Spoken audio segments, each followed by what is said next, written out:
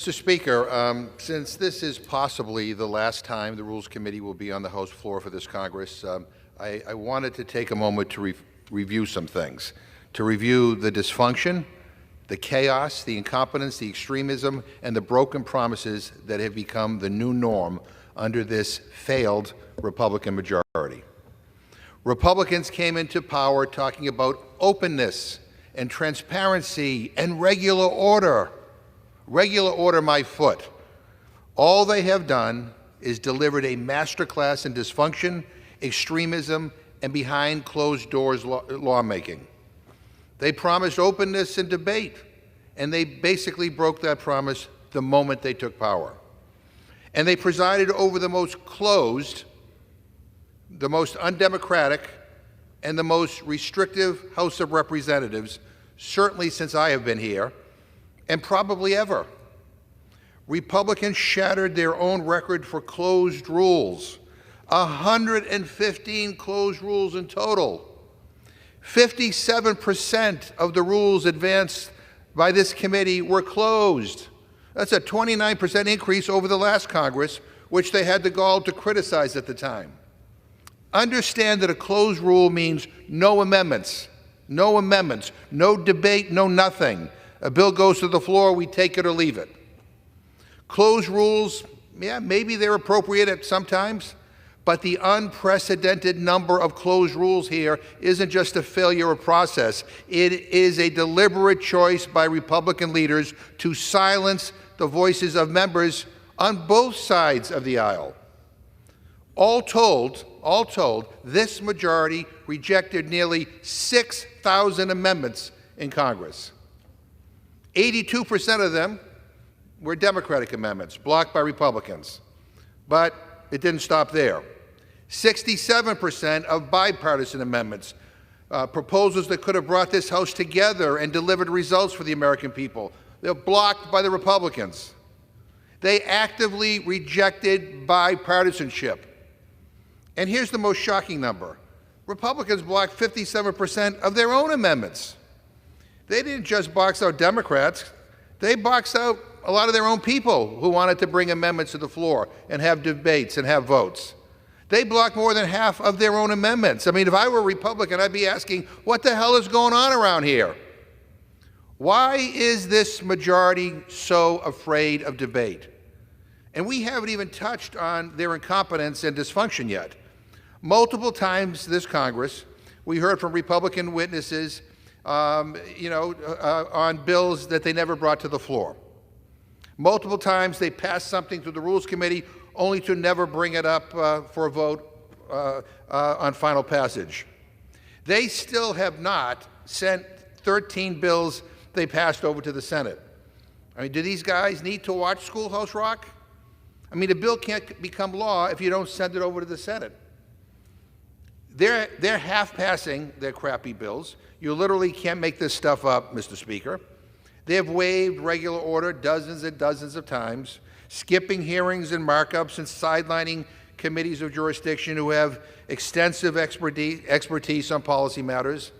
And let's not forget how we started this Congress, with 5 days and 15 ballots just to elect a speaker who handed over his gavel to the most extreme elements of the Republican Party. And then, 9 months later, the MAGA extremists fired him anyway. They fired him anyway, and they plunged the House into 3 weeks of complete paralysis and total chaos. 3 weeks where Congress couldn't move, couldn't legislate, couldn't do anything, all because of Republican incompetence. 3 weeks where Republicans sat around and argued with themselves and did nothing at all about the urgent crisis facing this country. That is beyond dysfunction, Mr. Speaker. It's more than a waste of time. It's pathetic. If this were the private sector, they would all be fired. Republicans sat around and did nothing for weeks on end, while Democrats pleaded with them to do something, anything. And they did nothing. And then somehow things got worse, because Speaker Johnson didn't end the dysfunction, he doubled down. Under his leadership, Republicans issued 56 closed rules in his first 9 months. 56 closed rules. Things went from bad to worse. Rule votes failed time and again, a stunning humiliation for this Republican leadership. For context, Mr. Speaker, before this Congress, the last time a rule failed on the House floor was over 20 years ago in 2002. Now it's becoming routine because Republicans can't even pass their own bills. Now, they said they would complete all 12 appropriation bills before the August 2023 recess. Another broken promise. And they said this year that they would finally get their act together. Another broken promise, because here they are, the week before Christmas, trying to pass another stopgap funding bill that nobody has even seen the text for. Where is it? Where is it? Is it hiding behind a desk somewhere in the chamber? Is it under the Christmas tree? You know, with Republicans in charge of this place, maybe the Grinch stole it. Maybe we'll see the text before we get to vote on it. Who knows with this majority? It's just astounding, astounding incompetence and chaos. It's honestly pathetic. Republicans have run this place like a dictatorship, Mr. Speaker, and they don't even have anything to show for it. This has been the most ineffective Congress in American history. The fewest laws passed in the first year of any Congress since the Great Depression. And maybe, just maybe, it's because Republicans prioritize extremism and handouts for corporations and billionaires over solutions for everyday people. Even when they did work to address real challenges, like avoiding a catastrophic debt default or keeping the government open or delivering, essential foreign aid, it was Democrats who stepped up every time and got those bills over the finish line. They needed our votes every time. So, Mr. Speaker, it's fitting that Republicans end this Congress the way they began it, shutting out voices, shutting down ideas, and shutting off debate. But the American people deserve better. And I think that's why the other side actually lost seats in this election. Control of this chamber was decided by 7,309 votes across 3 districts out of 148 million votes cast for House candidates nationwide. That's not a mandate for chaos, Mr. Speaker. It's an indictment of this majority's failed leadership.